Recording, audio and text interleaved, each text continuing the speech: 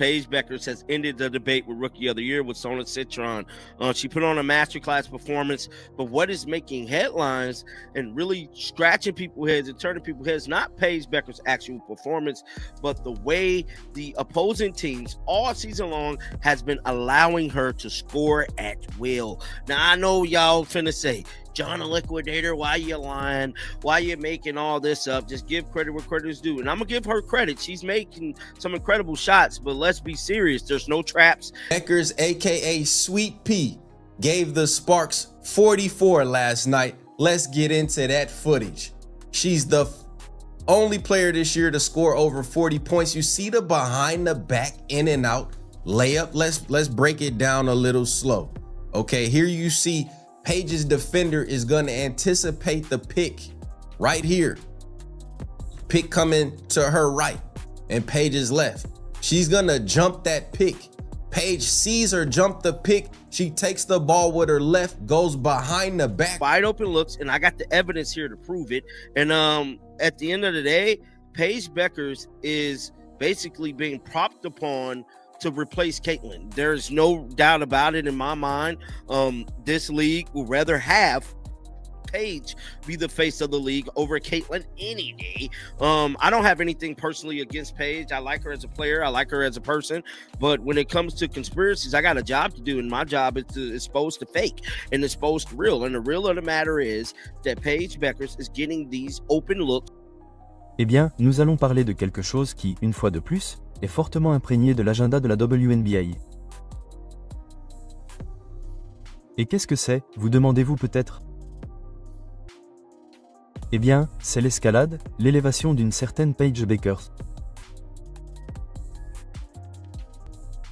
The only player in WNBA history to score 44 points in a single game. Rookie to score 44 in a single game. Now you see her on the block with a Michael Jordan, Kobe type of fadeaway.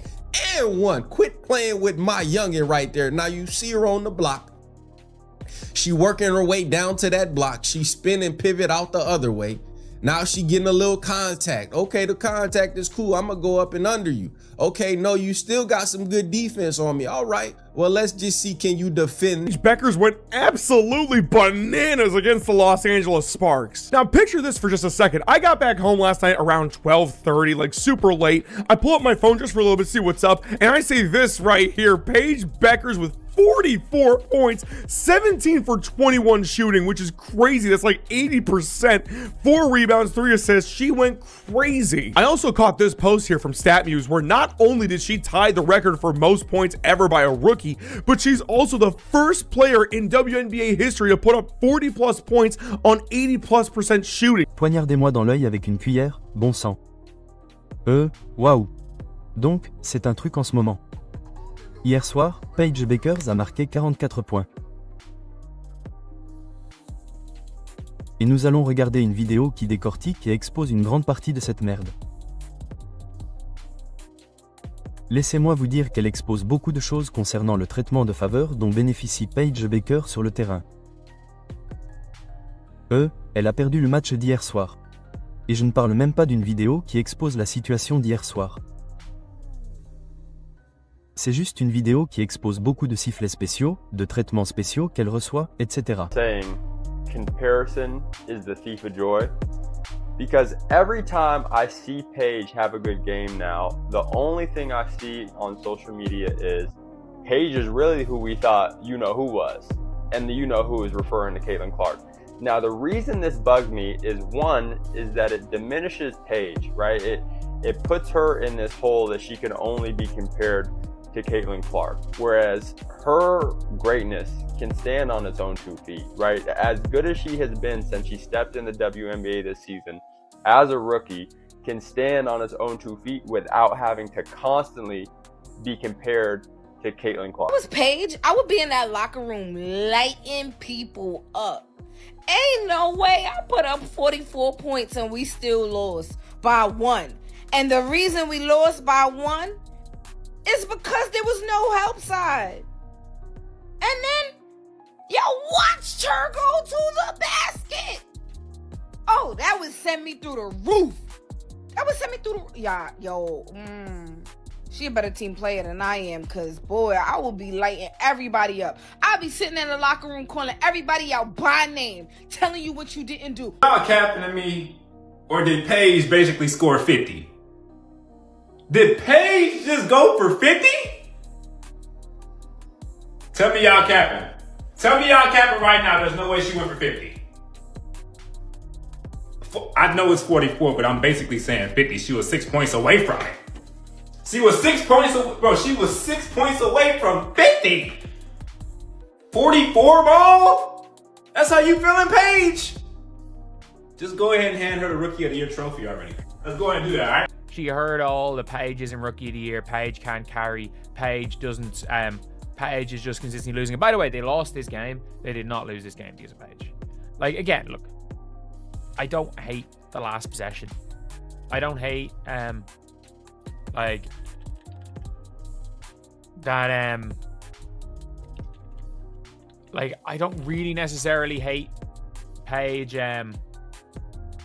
not going for it. But yeah, it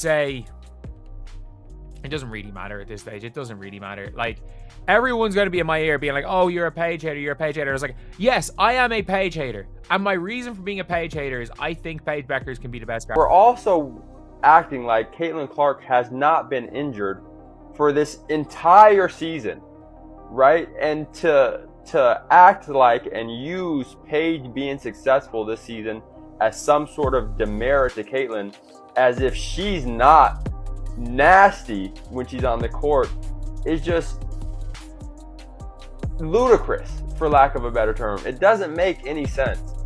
Paige is great in her own right, and she will be and continue to be one of the best players in the WNBA for years to come. 4 points.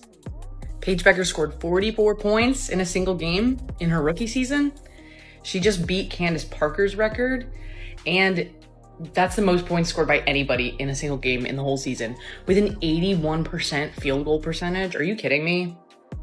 If she's not your Rookie of the Year, I don't know what you guys are thinking. Unbelievable. Unbe-effing-leavable. Shout out Paige Bueckers for winning Rookie of the Year. Look, I thought Sonia Citron had overtaken her. The only way Sonia Citron even gets back in the conversation is if the Mystics make the playoffs.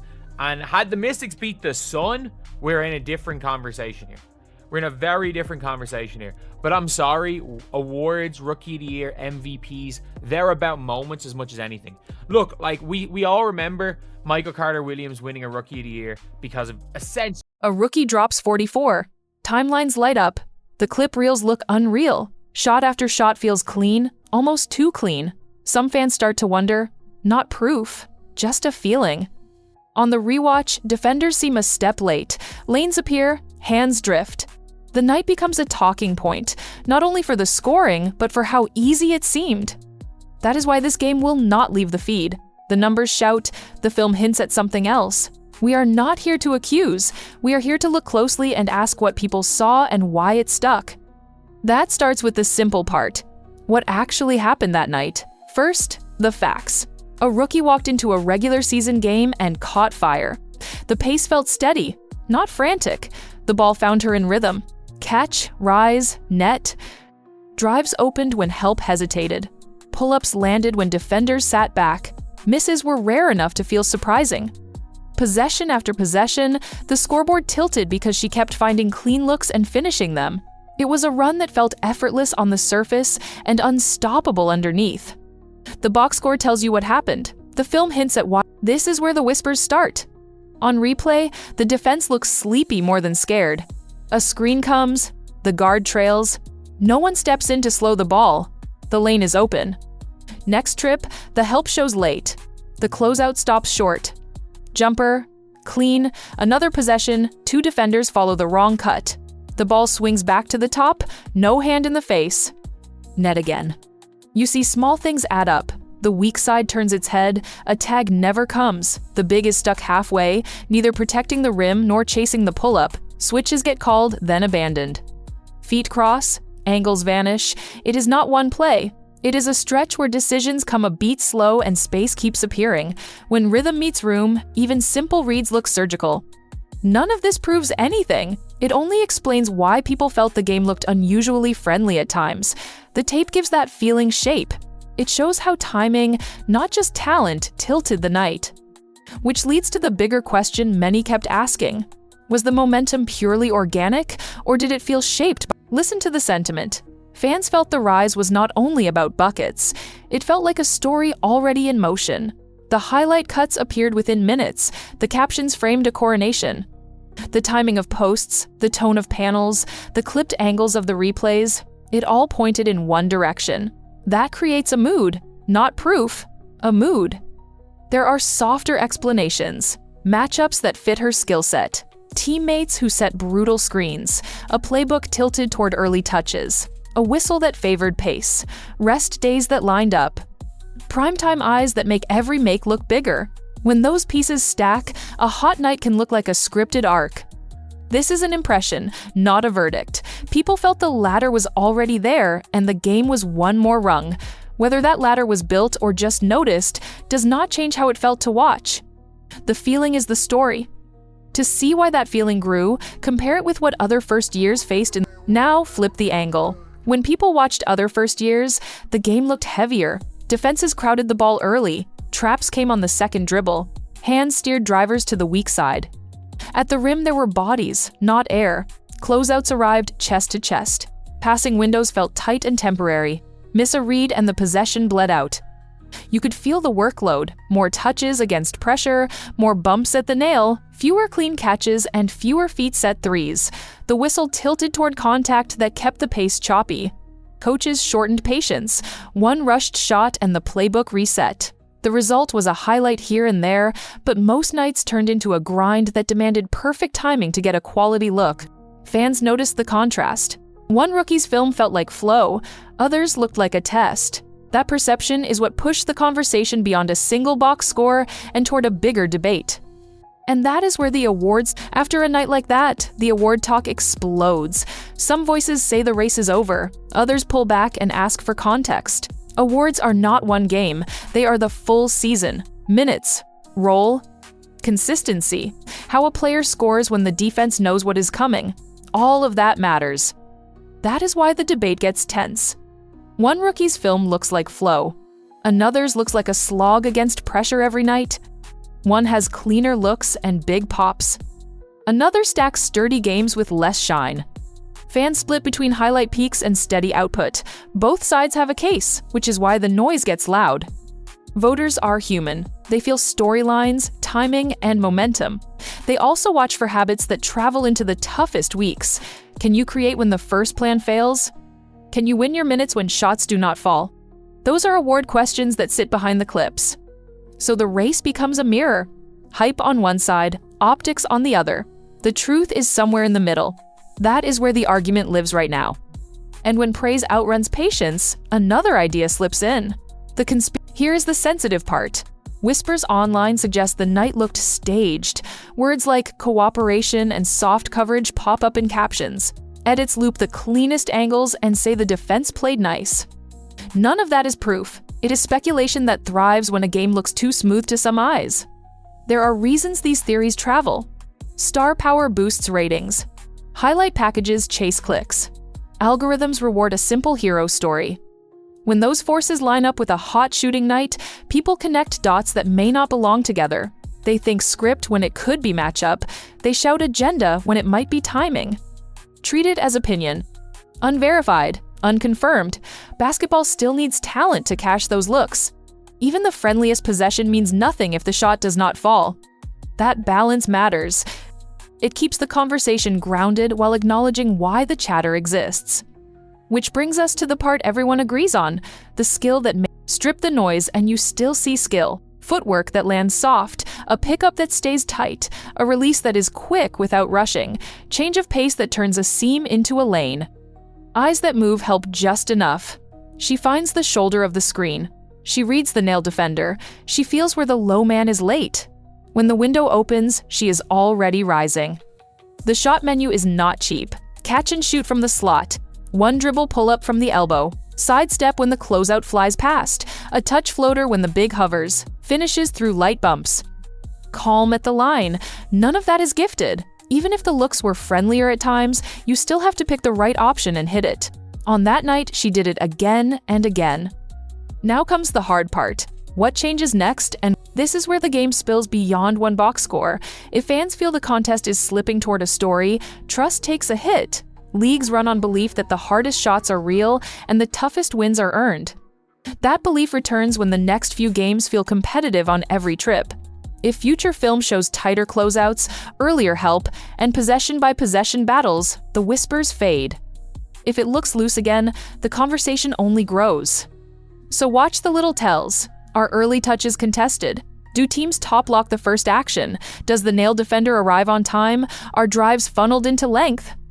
Does the shot mix change from clean catch and shoot to forced pull-ups? Look for how often she bends a set versus how often the set delivers her a look. Track minutes against the other team's best stopper. Pay attention to back-to-backs and travel days. The more she produces when the variables get ugly, the stronger the case becomes. Coaches will adjust. Schemes will shift. The real test is what lasts when the coverage tightens. If the efficiency stays high and the reads stay sharp, the narrative cools on its own. If it dips, the race resets and the awards talk reopens with new fuel. And that sets up the finish. What this night means once the noise clears. And why the strip it down and the picture is simple. One night lit up the feed. The film felt kind. People read a pattern. We treated that as feeling, not fact. We weighed the counterpoint. Skill still drove the result. We looked at what the next stretch must show. Tighter defense, tougher reads, production that travels. Awards live in that space, not in one heat check. In habits that last when the floor gets crowded, if the shots fall through pressure and the reads stay sharp, the debate cools on its own. If the diet stays easy and the numbers slip when coverage tightens, the conversation changes. Either way, the answer comes on the court, not in a thread. The story can frame a moment. The sport decides what sticks.